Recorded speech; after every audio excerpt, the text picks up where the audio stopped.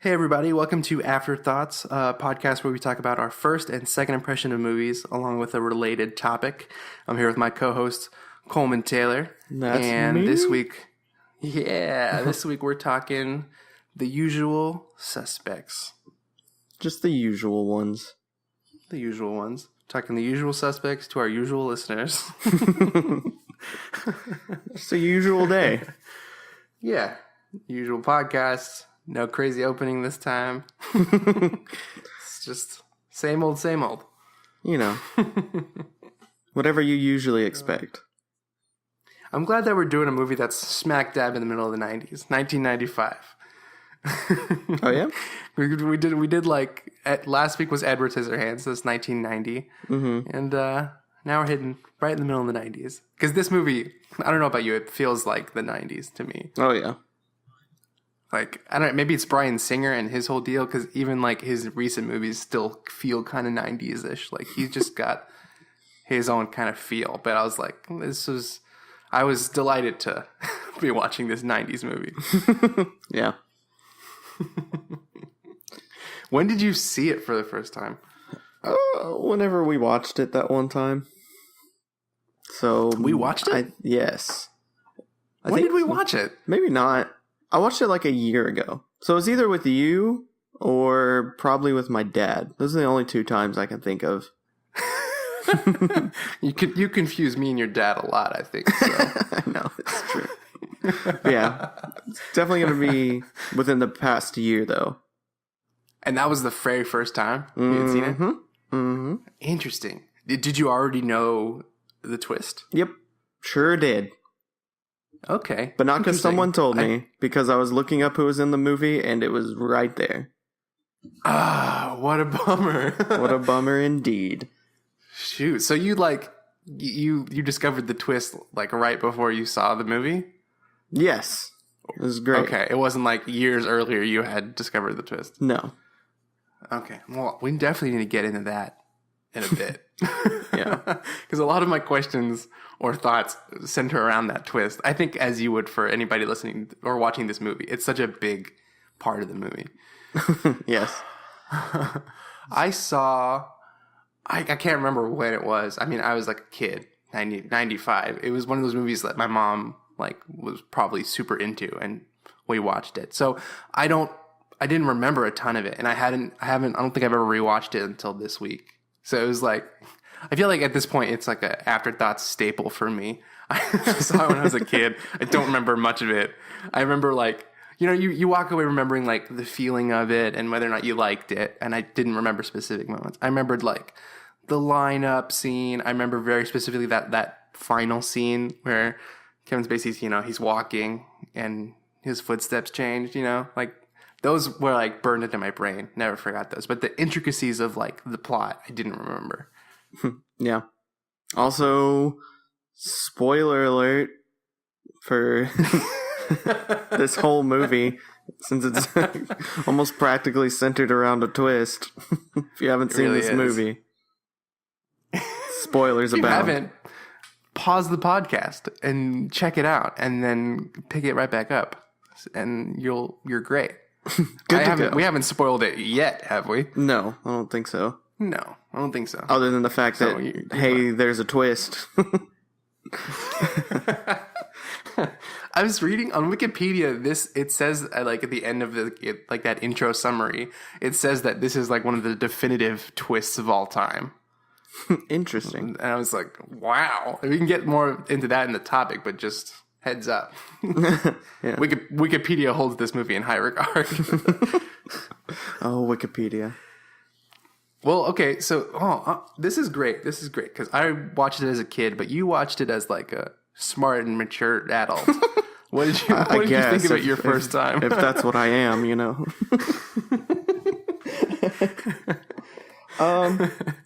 So I didn't remember too much either, even though I've seen it more recently. I remember that the twist was already ruined for me, so I already knew that. I remembered the major plot points, and I thought it was still a great movie, and the performances were great. I liked it overall. I mean, it I was upset that I knew the twist. I wish I didn't. I wish I could have had that experience so I remember like wishing I didn't know before so I could have a different take on this movie, I suppose. Like, oh, I wonder what this would have been like to see without knowing the twist immediately. But even knowing the twist, I still thought it was a good movie and it was fun to watch. And the way everything was kind of revealed over the movie was great, I thought, even despite knowing what's coming at the end. Yeah, for sure. What was your maybe before the twist was revealed to you? Like, what was your impression of the movie? Like, was it a movie that you had heard was really good? No, Interesting. This is why I'm convinced I watched it with you, because I remember us talking about it and then looking up the trailer, and the trailer's just like, who is Kaiser Soze? Who is Kaiser Soze? And so that was my first exposure to it. But if you say you haven't seen it since a kid before this, I'll believe you. And it had to have been my dad. But nonetheless, yeah. I do remember watching the trailer with you, though. I think that was just like random, like, let's look up a trailer, I guess. I don't know. But interesting. That sounds familiar. I don't think we watched the actual movie together. Yeah, I guess not. It must have been with my dad. Or twist. So. We did. It was me the whole time. We knew the whole time. I'm your father. I've always been your father. That's not even a spoiler anymore. I wonder if it ever was. Yeah, okay, okay. Hold on to that, because that's definitely something I wrote down for our topic. Wait, why'd you write that down? I want to talk Empire Strikes Back. And that being a twist, that's not really a twist anymore. There's also another part that we could talk about that specifically applicable to this. Like, to this movie. Mm-hmm. But we'll get to that, I suppose. So okay. Hang on. What about you?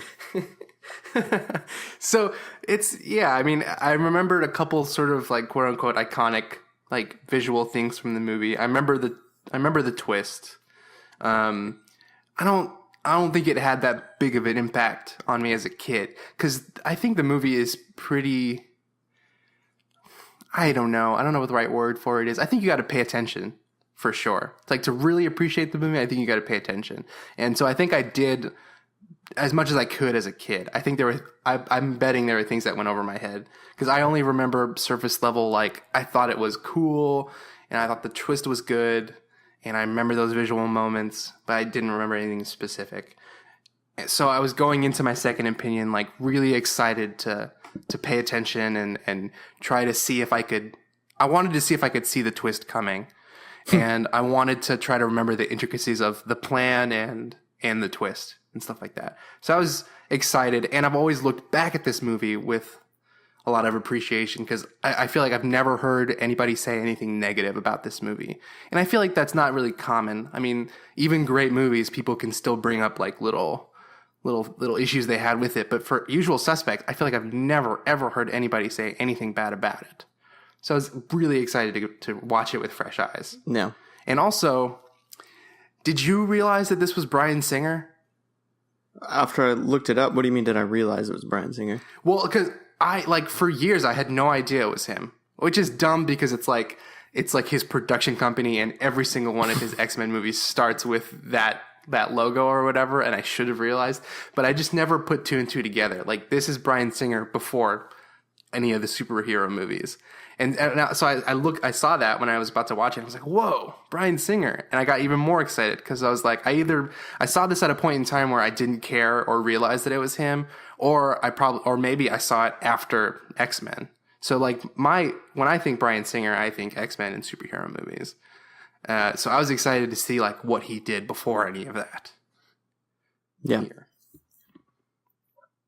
Yeah. It definitely has a different feel than X-Men, for sure, obviously. Uh-huh. So I did think that was interesting when I like looked it up and realized, oh, this is Bryan Singer. Interesting. Uh-huh.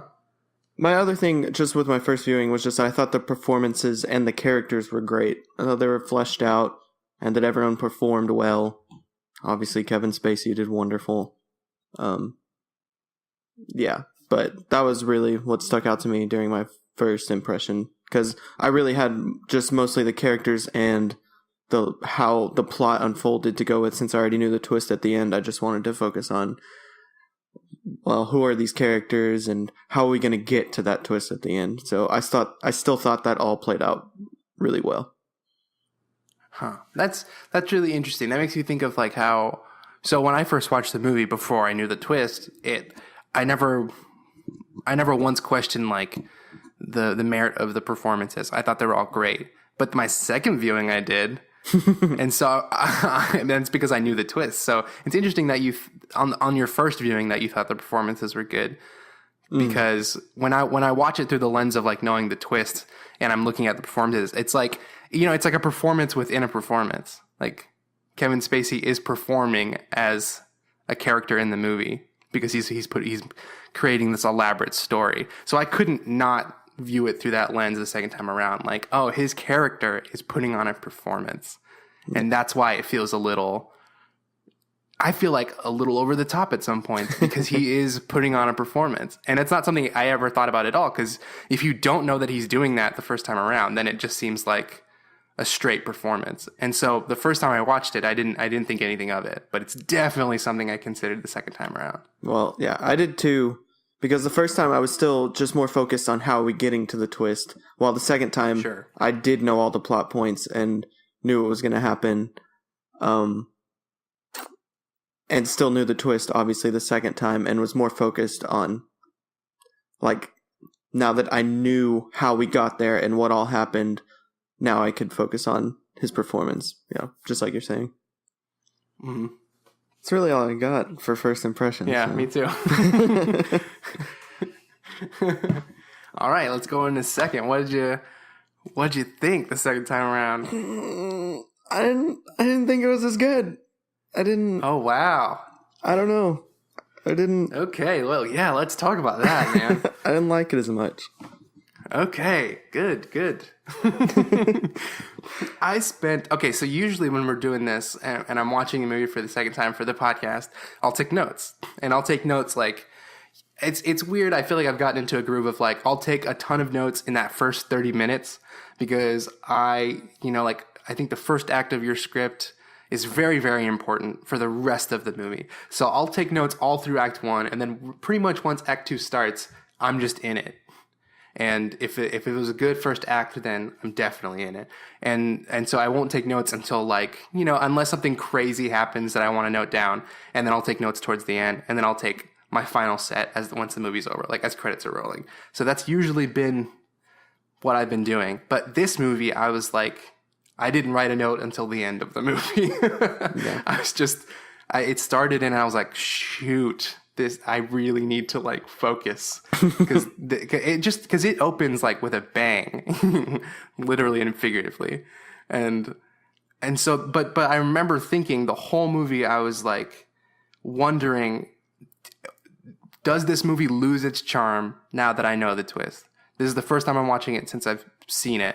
So is this movie still fun and enjoyable without that? And I wondered the whole time, and I kept thinking, maybe not. I don't know. Like 30 minutes in, an hour in, and I was like, I don't know. I feel like it has. And then the thing happens at the end. You see it happen. And then I was like, oh crap. I love this movie. Like the twist happens and I'm like, oh yeah, that's awesome. So I don't know. I think it's a movie that really, really hinges on that twist. And I could see it making or breaking a ton of people's opinions. And maybe it did for you the second time. Maybe.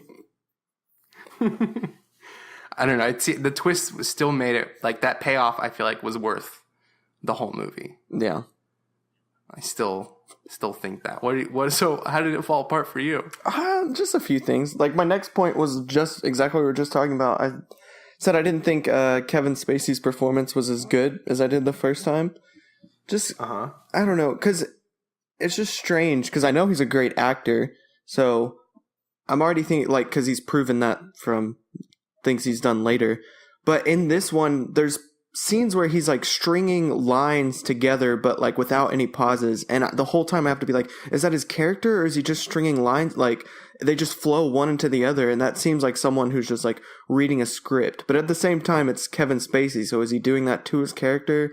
And there were moments, like you said, where it's just like, is this believable? I don't like, now that I know he's putting on a performance, it kind of took away from it. Yeah. And just I think inherently that's going to happen when you know what he's doing. Like, because I think there's a lot of power in this movie in who holds the cards. You know, it's like shifting scene by scene, like who knows what, because knowledge is power, especially in this movie. And so us as the viewers seeing it for the second time, it's like, oh, we actually have a lot of the cards because we've seen them already. And so it sort of takes away the power that Kevin Spacey has in some of those scenes. That's the thing that kept making me question it. Like throughout the whole movie, I was like, I already know. So this is not having the same effect as it did on the first time around. Mm-hmm. I totally agree. One thing I still thought was good was still them, like how it unfolds. Like I was saying the first time, I still think that's great. We don't even hear about Kaiser Soze till like a little ways in, and just everything slowly comes apart, like starts being fed to the audience rather than, I mean, a lot's fed right up front as well, but then we go back and things slowly unravel. And I thought that was really interesting despite knowing the twist. So I still really enjoyed that aspect of the movie. Yeah, for sure. I think one of the things that I really appreciated about the twist this second time around, which is something that I forgot about, was like how like this is a story that's told through Kevin Spacey's character. And so he is like weaving together this very elaborate story. And it's sort of built upon the back of this unreliable narrator. So one thing that I loved at the end was like, I still don't really know what happened. I only know his version of the story. And it's not until the end of the movie that we get like some objective storytelling when we see the detective putting the pieces together on the board, and he's realizing that, he was making stuff up in the chair. It's like, it's not until that moment do we get an objective view of the movie. But for the rest of it, it's like, it's just this unreliable narrator who's weaving together a story for us and the detective. So it still boggles my mind that we never see Kevin Spacey carrying out all of the actions on the boat. We only hear his fake side of it. And it's like stuff like that, the small, like, nuanced details of how intricate and how elaborate his plan and the twists were, that's what made it like so satisfying for me.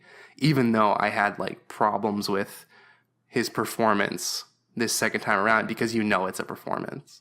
Yeah, I definitely think it's cool that we only get it from his storytelling. We don't know what's reliable. I definitely thought of that too, because you're going to think of that after you know that what the twist is, that you're hearing the story from the person and how unreliable this person is.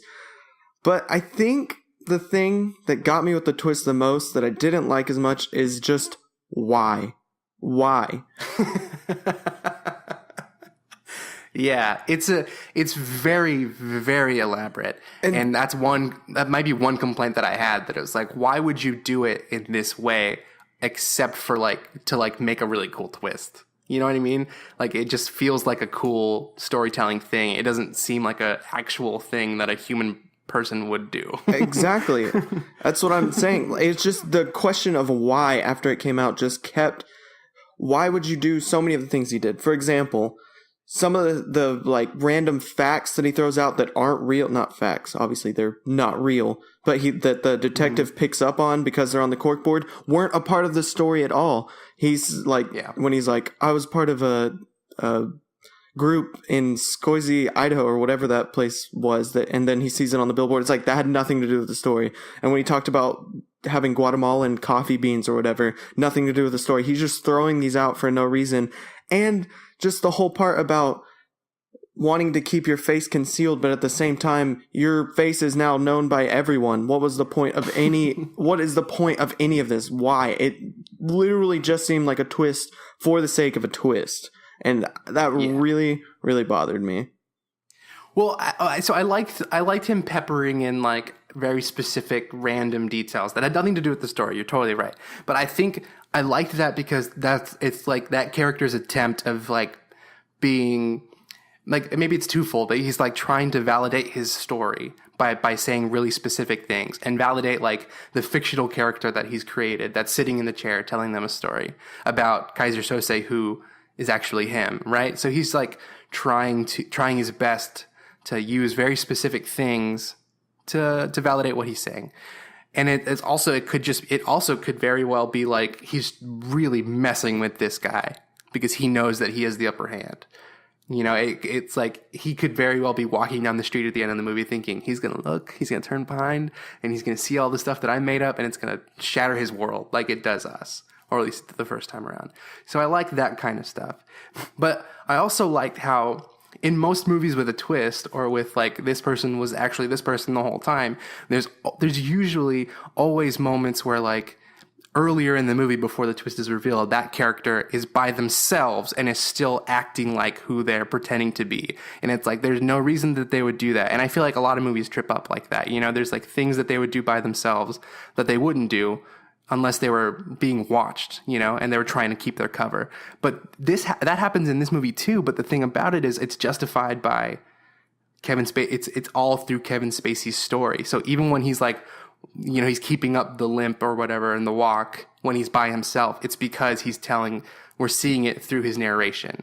So that kind of stuff, like, I liked those small things that added to this woven narrative.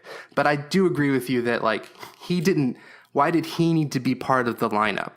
Why did he need to be there for all those moments? You know, like, he could have just orchestrated this with those 4 people. He didn't really need to be in on the plan to twist this all around, or right? I mean, that was one thing I couldn't understand. Why did he have to be part of the lineup, part of these thieves? Like, did he have to be that close to really manipulate them to get them to where they wanted to be? Because it seems as though he was manipulating them with enough outside forces as well. Yeah, and that's where it just falls apart. Because even though there's those cool little things throughout the whole movie that like, oh, that really works for the twist, and this works better than other movies. But then when you come back to the why of it all, that's where it falls apart. Because that's the biggest. It's like, why are you doing this? Why are you showing your face to the police? Why are you messing with this guy? And how are you so certain? The guy runs out like seconds after he gets in his car. And it's like, are you positive that this guy isn't going to figure it out right as you're going to your car? Are you really that smart? It just, I don't know. It was just, it really fell apart when I just thought about the why, like I said. And why did he do anything? Why did he stay at the boat behind? Why didn't he just leave since he's so good at disappearing? Why did he mess with these people so much and in the end, it ends up hurting him because the whole thing, I mean, I guess it's his fabricated story about no one ever seeing his face, but now people have seen his face. I feel like it's like this power trip. Like he is such a guy that is so confident in his abilities that he is willing to like take him to the limits. It's like he wants to know how far he can take it and how far his lies and his stories can take him. Because like the detective figures it out, but does he have proof? You know, he figures it out, but it's the same way that he quote unquote figures out. I forget the other character. They have an eyewitness, so they have the Hungarian guy, right? Who like they sketched him. Mm-hmm. Is that hard evidence? I don't know. I mean, eyewitnesses usually count. Yes. Yeah, but eyewitnesses aren't that credible. It's true. So I don't know. This is a law conversation. It's way out of my wheelhouse. But I guess I'm just saying that, like, I think it speaks to the character Kaiser Sose and that big, powerful character who thinks he can get away with anything and, you know, wants to do that. Like, he wants to see how far he can take it. That's at least how I view it. Yeah. Also, would the detective have put it together based off the few clues from the corkboard? Like, wouldn't he just be lying? How does that click in his head? Oh, this is Kaiser Soze because he was lying. Would it have automatically clicked? Yeah. I don't know. He doesn't seem like that smart of a detective. Like, that doesn't Interesting. prove he's Kaiser Soze at all. It just proves that he was lying like he was lying earlier. The whole thing was you saying, I know you're lying, tell me the truth. Oh, and he just lied to you again. What? How does that make him Kaiser Soze? That's a good question. Well, so let me ask you this: does this movie to you, does it feel like a magic trick, and you're never supposed to do a magic trick twice? It's like it really works this first time around, and you're amazed by it, and then once you see it, you start to see the sleight of hand. Like, you start to see that it is just like this elaborate performance piece. Is that what it feels like to you? Because that's what it seems like. The second time around, it just sort of like loses its magic. Well, I don't know, because I already knew the twist the first time, so... That's true. Because it was never... That's interesting. Like, it's a really cool twist, and it would definitely get me. Like, I don't think I would have seen it coming at all. But, like you said, I feel like this movie hinges on it so much. And for me... It really does. And for me, since the question is, why did he do any of this in the first place, other than just to test the boundaries, that does speak to his character. But at the end of the day, it ended up hurting him, which I guess you can just write into the movie, oh, but he's so good at getting away, he'll just hide forever. But I mean, that seems cheap as well. I don't know. I don't know. And that comes to my last point as well. This is more of just a personal preference, but I don't typically like characters that are evil just for evil's sake. Like, they're just evil with no explanation. There's no conflict within them. They're just an evil person. And it's just, I don't know. There's something I don't typically like about that. When you find out, because first of all, he tells that story that about Kaiser Soze in Turkey killing his whole family and then killing all the Hungarian mob and then everyone they know, all of that stuff. And then you find out, though, that Keaton died, and then his girlfriend died later for no apparent reason. He really is just this super evil person, but he's mysterious and we don't get it. And I just don't typically like that. It's kind of just a cheap character, in my opinion. If someone is just evil and they're supremely evil for no reason, especially when they're a human character. Yeah.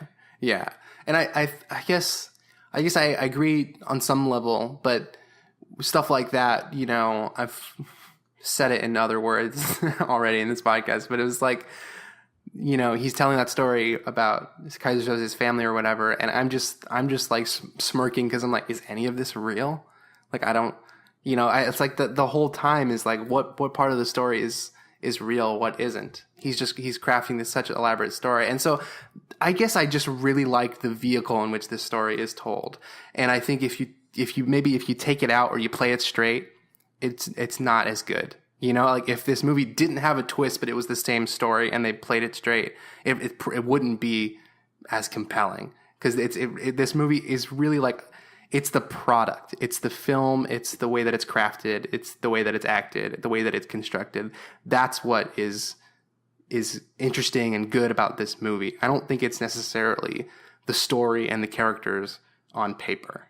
Like, this movie really needs to be, this story really needs to be told through this exact medium. It's not one that can transfer over. Yeah, but the point I was making with the Turkey thing, because I agree, I don't know if we can know that's for sure, but that's why I brought up the part with Keaton's girlfriend, I guess, lawyer girlfriend, dying. It shows that he really is that evil, that he'll just kill other people for no reason at all. Mm-hmm. But I agree. I think it really lies in how it is told.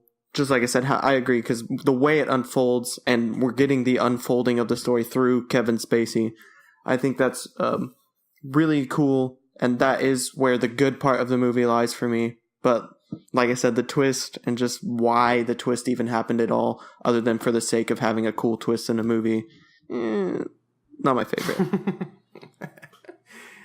Interesting. Okay. Well, you're the first person that I've ever heard have a negative opinion about the movie. But I think now that I've seen it again, I think I can speak to it with a little more like grounded opinion, because it's like I was saying in my first impression, I always held this movie in high regard, like looking back at it, and now I think it's nice to have seen it and to appreciate it, but also carry over like questions that I did have. So yeah. Yeah. I still hold it as a cool, slick kind of a movie, and not necessarily like a great story with characters. Like it's like a fun film specifically. I don't know. Would you recommend the movie now? I would recommend it. Because especially if you haven't seen it, which I guess it's too late for anyone who's listening to this podcast. But if you haven't seen it, I would still recommend it. And it's, like I said, even though I knew the twist the first time I saw it, just getting to that twist and the way Kevin Spacey's telling the story and it unfolds is really cool. Just maybe after you think about it a little bit and have seen it more times than just one, it's not as good. Like we said, it hinges so much on the twist, I think. Mm-hmm. I wonder what would happen if I watched it again. I wonder if this is the kind of movie with like diminishing returns. I don't know. Or maybe if you put enough time between your viewings, each time is still pretty cool. So I don't know. We'll see. Maybe we can revisit this episode in a year or something. Maybe. After afterthoughts. After afterthoughts. All right, so should we move on to our topic? I guess. Is this where you're talking about Empire Strikes Back? Well, it's one of the things. Yeah. Because we're talking about twists. Yeah. Well, just a fun fact, since we're talking about twists and Empire Strikes Back, did you know Soze is Turkish for verbal? Oh, no way. Just like Vader is German for father. Oh my gosh. This movie is perfect. The Usual Suspects is still getting us years later. That guy's a genius. Genius. That's great. Also, another reason I think I might just be so upset is because I did look up a lot of things about this movie right after watching it for the second time. And another, like, the way this movie got made up was the writer imagining a guy making up a story looking off of like things on a corkboard behind a desk, and it's just like this movie was literally made for the twist. Like they started from the twist and worked backwards. Right. And none of the stuff on the corkboard, like you said, none of the stuff on the corkboard is in the story. Other than maybe there are some. There was Kobayashi, which was on the coffee mug, but I think that's yeah. I think. That's really funny. Let's start with a twist and let's work backwards. Exactly. Great plan. Well, anyway, that's funny. On to twists.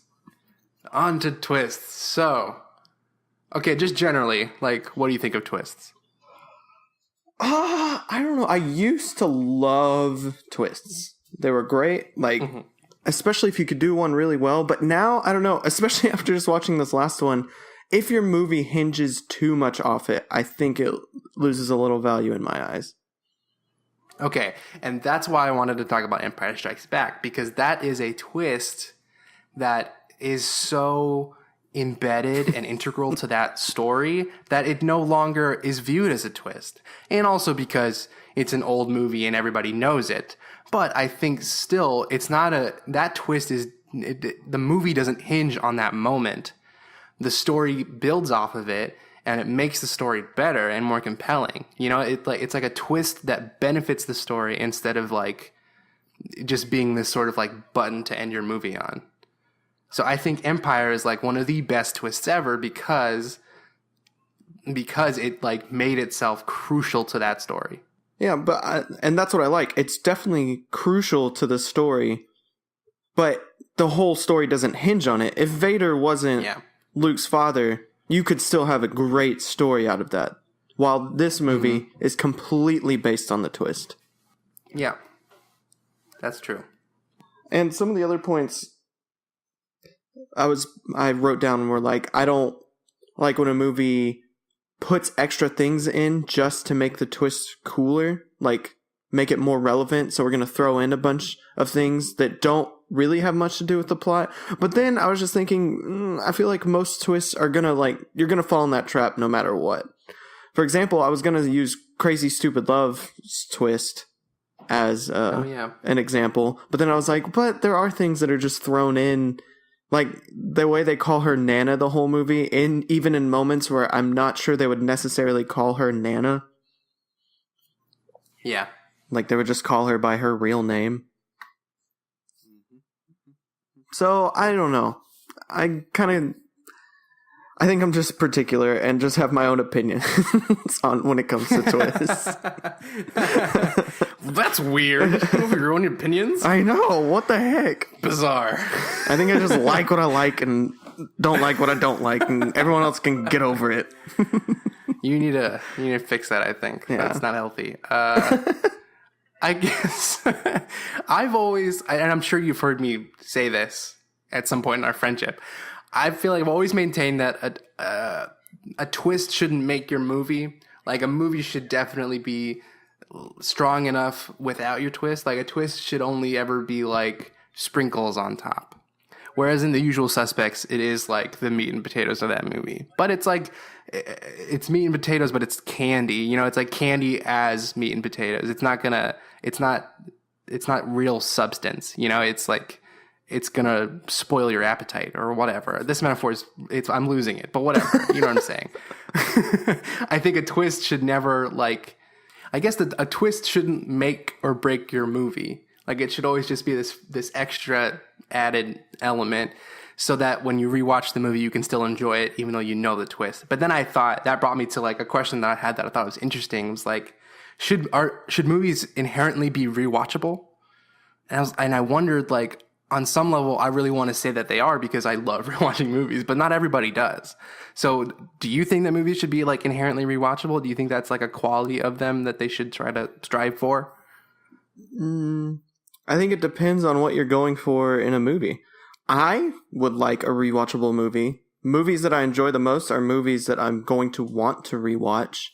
So if you're trying to... I think all my favorite movies are ones I would watch over and over and over again. So if you want to make a movie that's going to be people's favorite movie, I think typically you're going to want it to be rewatchable. But again, I think it's what you want out of the movie you're making. And even movies with a twist, if you're adding little things in the beginning that they wouldn't have seen before, for example, another huge twist movie, Fight Club. I was about to say it. There's little hints sprinkled throughout that entire movie, so you can go back and rewatch that and pick up on things you didn't see before. But it still hinges on the twist, really. That movie doesn't make a lot of sense till the end. Right, yeah. So if you like movies to be rewatchable, or if we, like, for the sake of this argument, like, if we agree that movies should be rewatchable, then I think a movie with a twist should still be rewatchable. Even though you know it's coming. Like, and I was going to say, Fight Club is such a fun movie to rewatch, even though everybody knows the twist. Because it's still a good movie. Like, even without that, it's still, you know, is hypothetically well crafted and well acted, and the beats of the story are still there, and they're still strong, you know, even though if you already can see what's coming. So that's my thing about twists. They need to be like...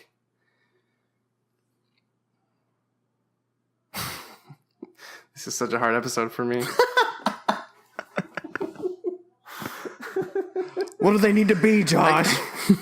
Okay, the thing about it is, it's like, I'm torn because I think I generally believe all this stuff about twists, like we're talking, but I think The Usual Suspects is a great movie, so that's why I'm about to rip you apart once you say it. If you just say it, I'm coming back at you. There, I said it. I think Usual Suspects is an exception to the rule. I think they break all of these twist rules that we have established, but I still like it. Sue me. Well, what about Fight Club? I feel like that's kind of in the same boat. Yeah, I don't know. I don't know why Fight Club is like so rewatchable. Because if you, I don't think that movie is, like, it doesn't hinge as much as Usual Suspects does. I agree that it doesn't. I think a lot of it is, but not as much. I agree that I don't think it hinges as much. Like you said, we're getting the story of Usual Suspects from Kevin Spacey, who turns out to be the antagonist and is completely unreliable, while this one you're still getting from a crazy narrator, I suppose, but it doesn't hinge as much. But at the same time, if you took that twist out of the movie, it would be a way different movie and would be way less significant. Like, the plot of that movie hinges on the twist at the end. If that twist wasn't there, it wouldn't have been as good as a movie, unless they severely changed it. That's true. But in Fight Club, I guess what I like so much in the rewatch is we're still getting like a real character. And even though we don't know all that's going on inside him until the twist is revealed, from as far as we know, we're still getting this like rich character story in development. We're seeing this guy going through struggles, and we're seeing him change and develop for as far as we know. And so like all that rich character stuff, I think, is what makes that movie still enjoyable on the rewatch. Whereas like Usual Suspects is like, I know the trick you're playing, I know the game we're playing, and I see the performance. But you only know that in the rewatch. Like you only know Brad Pitt is not real in the rewatch. Mm-hmm. I mean, I agree, because I think there is more character building in Fight Club than there is in Usual Suspects, and that's probably why it hinges less on the twist. But I still think both movies rely very heavily on their twists, and would be very different movies without them. Which probably makes them good twists. They're crucial to those stories. So I think the real thing is, do you like the story that the twist comes with? Is the story good enough, even though there's a twist, that you still love it? Because those are two movies that the twists hinge on, which you say you don't like, but you still like them a lot. Uh-huh. Yeah, I guess that's an interesting question. To think about The Usual Suspects without that twist and just play it like a straight crime story, I wouldn't like it as much, that's for sure. It's hard for me to say definitively if I would like it or not, but definitely less. Whereas Fight Club, I think, without that twist, I think I would still like that. I still like all the ideas and themes that character is struggling with. But you think you would like it just as much? Maybe. Like, maybe if that was constructed in a way that without the twist, it was still this character dealing with those same themes and ideas. I might. Because maybe the twist is just the cherry on top in that movie. But I don't know. You think it's really integral? I haven't seen it in a while. We should do it on the podcast. We should. Yes, I totally think that is integral to that movie and why everyone loves that movie. Not that I think the story that comes with it is amazing too, but there's just so much confusion and things that specifically deal with Brad Pitt. Not like, who is Brad Pitt? What's going on right at this moment until you figure out the twist. And it completely changes what the movie was. You thought it was one thing, and then after the twist, I think that's why that one's so cool, because there's already a mystery in Usual Suspects. Who is Kaiser Soze? You're trying to figure that out the whole time. It's just a twist on who it is in the end. Well, in Fight Club, the whole movie changes after the twist. You didn't necessarily know there was a mystery until the twist happened. Yeah, that's true. That's true. And that's one thing I was wrestling with. It was like, when I was thinking about this topic earlier this week, I was like, so I love the Harry Potter books and movies. And those are all mysteries. We know that they're, well, no, not necessarily. In the first book, you don't really know that there's a mystery. It just happens. And I'd say that first one has a twist. But in all the other books, because of the sort of pattern that she establishes, you can sort of expect that there's going to be something that's revealed. So they're more mysteries than they are. I would say they're more mystery than they are twists. But that's interesting in Fight Club. You have no idea, and it is a straight up twist. Whereas in Usual Suspects, yeah, you're right. It's mentioned early on, and we have no idea who Kaiser Sose is. So it's a twist on a mystery instead of just like a twist that comes out of nowhere and is totally unexpected, like in Fight Club. So for me, at the end of the day, I don't think I can give a definitive answer on twists. It's just if I like the movie or not.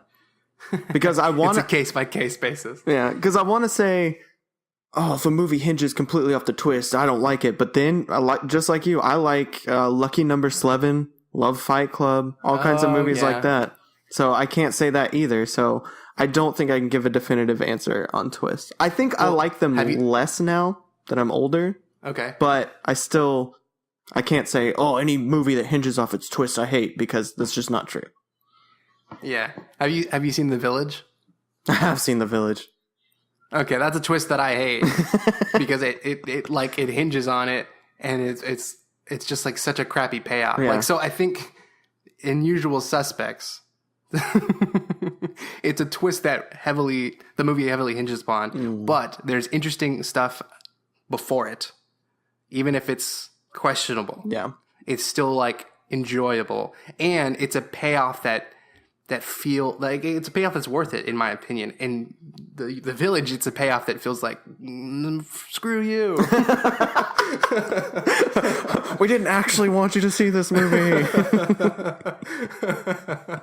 Maybe we should rewatch The Village because I've only seen it the one time out of spite. I'd never want to watch it again. I've only watched it that one time as well. So. We could, but I have no desire to watch that movie. Yeah. Unless there's like a huge listener demand, we'll still steer clear of it. Yeah. Whew. All right, is that the show? I think that's it. Okay. Just kidding. Twist right, time. cool. No. Oh no! This podcast isn't even real. It was all a dream the whole time. Oh, those are the worst twists, right? Yes. Oh my gosh, how did we not talk about that? Those are the worst. I'm sure. I think that's like one of the rare universally hated things. if the whole thing was a dream, no one likes that. I'm sure it was good when it first happened. Like it was all a dream. That's so cool. But now that we're at like the millionth time, it was all a dream. No thanks. We're done with dreams. We're done. I feel compelled to just mention that the Planet of the Apes, the original, amazing twist. Oh yeah, just to say that's a great one. I like the Sixth Sense twist because I still really enjoy watching that movie, even though I know what it is. Yeah. Anyways, just wanted to mention a few. I wrote down a list, and there's lots of great ones out there. Lots of great twists out there. Lots of great twists, guys. Just Google twists. Great. Just see what comes up. Tweet us what comes up, you know? Yeah, what's your favorite twist ending? Let us know. But shoot, if the people let us know, they could potentially be ruining a ton of movies for us. We haven't seen them all. That's true. Well, they could just list the title of the movie. What's a movie with the best twist you've seen? That's better. Do that. And next week we will be talking about Gone Girl. Since Ben Affleck's got a new movie coming out, The Accountant. So if you want to watch Gone Girl to prepare for next week when we talk about it, that'd be great if that's the kind of thing that you'd be interested in doing. Do it. So FYI, there's that. We just started making our mini episodes. Those are going to be YouTube exclusive 5 to 10 minute episodes. And so the link is in the description for this episode. You can check that out on YouTube if you'd like. And for those of you who haven't seen a movie that we're talking about, there are timestamps in that episode, so you can jump straight to these topics that are usually related. So keep that in mind. But, if you haven't seen Gone Girl and you don't want to watch Gone Girl, but you want to talk about, or you want to hear us talk about whatever our topic's going to be, you can skip right to it. And they're in the description. And finally, thank you for listening. If you want to support the podcast, the best way to do that is to leave us a review on iTunes, give us a rating, tweet at us, check out the mini episodes on YouTube, all that stuff. Don't forget to subscribe. Subscribe. Thanks for listening, everybody. We will see y'all next week. See y'all.